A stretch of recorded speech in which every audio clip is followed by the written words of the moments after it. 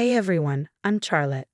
Today I want to share a deeply personal story about trust, betrayal, and the importance of standing up for oneself in the face of deception. I'm a 38-year-old financial analyst who has always cherished my independence. 6 years ago, I moved to this vibrant city for an exciting job opportunity, and that's where I met Alex. He was charming, a true local, and before long, we were head over heels in love. After a whirlwind romance, we married and settled into what was supposed to be our dream home, a house Alex had purchased just before we met. Life took an unexpected turn when Alex lost his job, and we faced our first major challenge as a couple. Believing in our partnership, I took on the mortgage payments with one crucial condition: my name would be added to the deed as a co-owner. Alex agreed, which gave me a sense of security, or so I thought. One afternoon, while tidying up Alex's cluttered study, something he always procrastinated, I stumbled upon an updated deed for our home. To my shock, my name was absent. Instead, the house had been secretly transferred to Alex's mother months ago, without my knowledge. "Alex, what is this?" I confronted him as soon as he got home, holding the deed aloft. His face fell, the charming facade replaced by an awkward silence. "It's just a precaution, babe. To protect the house for my mom if anything ever happens to us," he stammered. But why wasn't I consulted? What about our agreement? My voice quaked with a mix of anger and deep betrayal. "It was supposed to be temporary," Alex insisted, avoiding my gaze. "I planned to switch it back before you even noticed." Our conversation spiraled into a series of deflections and excuses, and it became clear that his reassurances were hollow.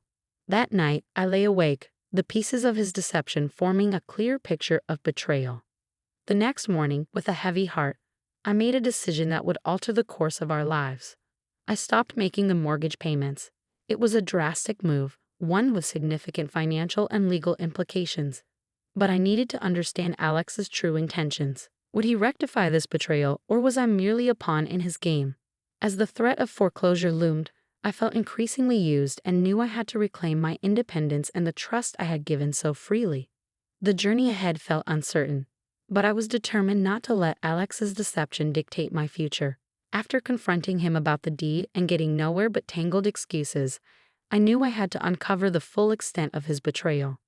That document was a blatant act of deception, and Alex's dismissive reassurances only added insult to injury. I decided enough was enough. In an act of defiance, I hired a private investigator to determine if Alex's actions were isolated or part of a larger pattern. The investigator dug into Alex's past, and what he uncovered was chilling. Alex had been engaged before to a woman named Jay, who had been financially exploited and left drowning in debt by the man I married. This revelation transformed my sense of betrayal into a cold, hard resolve to seek justice. Armed with undeniable evidence, I confronted Alex once more. "Why, Alex? Why would you do this to anyone, let alone the person you vowed to cherish and protect?" My voice was steady, fueled by anger and determination. "Charlotte, you don't understand. It's complicated.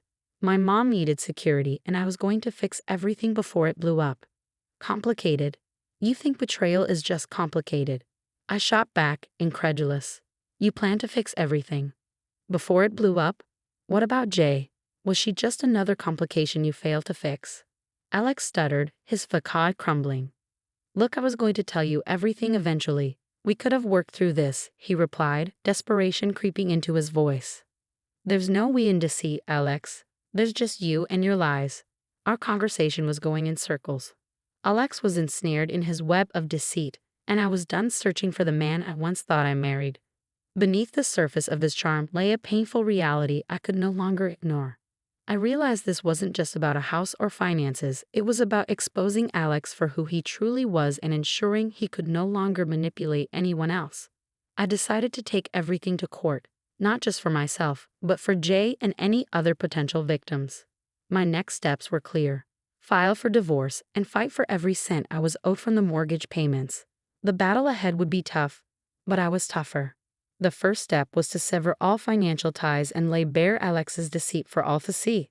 As I confronted him, the energy in the room was both terrifying and liberating. Standing in the living room where we had once dreamed together, I felt a sense of finality wash over me.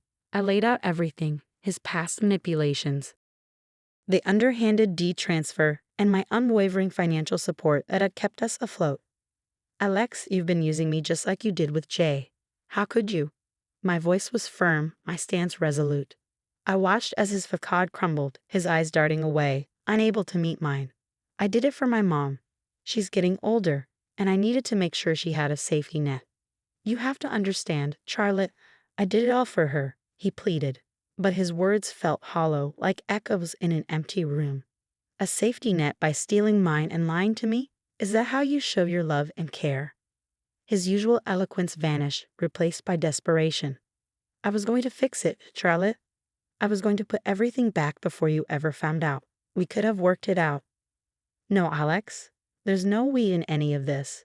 You chose your path the moment you decided to betray me, to betray your vows. The room felt smaller with each word, as if I was stripping away the layers of pretense that surrounded us. Seeing him so defeated and exposed solidified my resolve. I initiated divorce proceedings with a clear objective: to reclaim my contributions and sever all ties to Alex's deceit. My lawyer was prepared, having anticipated this outcome since I hired the private investigator. As I stood firm in my decision, Alex made one last plea. Charlotte, can't we just talk about this? I know I messed up, but this is beyond a simple mistake. Alex, you manipulated me. You used me as part of your schemes. There's no coming back from that. My response cut off any further protests. The die was cast.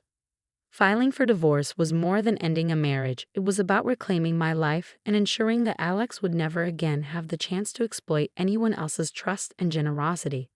The paperwork was merely a formality, a necessary step to close a chapter that had revealed the true character of the man I once loved. As I left the house that day, I didn't just walk away from a man or a marriage.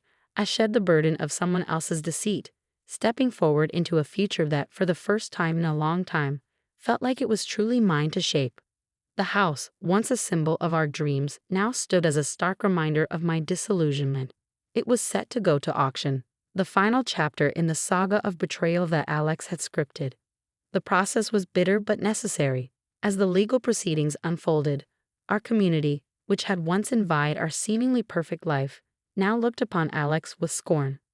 My lawyer played a crucial role, ensuring every legal document highlighted Alex's deceit. It was important to me that the narrative of his betrayal was clear and unmistakable.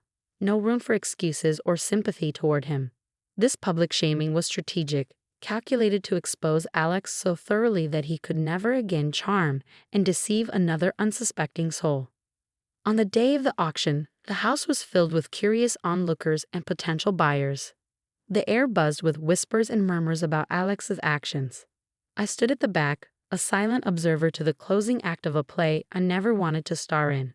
Can you believe what he did to her? Someone whispered nearby. It's just despicable, using his own wife like that. Another chimed in. The community's disdain for Alex was palpable, their words mingling sympathy for me with contempt for him. As the auctioneer's voice rang out, starting the bidding, I felt a surreal detachment. This house, once the cornerstone of our marriage, had now been reduced to mere property set to be sold to the highest bidder. I watched as people raised their paddles, each bid a stark reminder of the price Alex had placed on our relationship.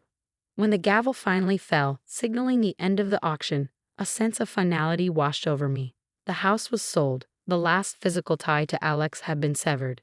As I walked away from the auction, I felt lighter, as if I had finally shed a heavy cloak I'd been unwittingly wearing. In the weeks that followed, the effects of the public shaming took a visible toll on Alex. His social circles dwindled, his family tiptoed around the edges of his disgrace, and his professional reputation suffered. It was a harsh penalty, but one that fit the crime of his heartlessness. As I slowly and meticulously rebuilt my life, I found comfort in the fact that my actions had not only liberated me, but also served as a stark warning to others about the man Alex truly was. The community's support became a pillar of strength, their earlier judgments transformed into respect and understanding. This chapter of my life, painful and challenging as it was, taught me the profound value of self-respect and the importance of standing up for oneself. Alex's deceit had shattered a part of me, but in its place, a stronger, wiser Charlotte emerged, ready to face the world with newfound clarity and determination. My financial claims, each backed by meticulous documentation of my mortgage payments and Alex's deceit, were acknowledged in court. The judge's gavel not only sealed the fate of our marriage but also granted me the financial justice I had fought so hard for. Though the emotional scars from Alex's betrayal lingered, the court's affirmation of my rights acted as a balm for the wounds he had inflicted. Now, standing on the cusp of a new life, I felt a profound sense of liberation. I had not only extricated myself from Alex's web of lies, but had also laid a clear path forward, one paved with lessons of resilience and self-respect. The experience, while painful, had reshaped me into a more formidable version of myself, one who could face challenges with fortified spirit. As I began to rebuild, I took solace in small victories, finding a new place to call home, redecorating spaces that reflected my tastes alone, and reconnecting with old friends who had stood by me through the storm. Each step reaffirmed my independence and allowed me to reclaim my life's narrative. Reflecting on the journey, I realized that while Alex had intended to undermine me, he inadvertently strengthened me.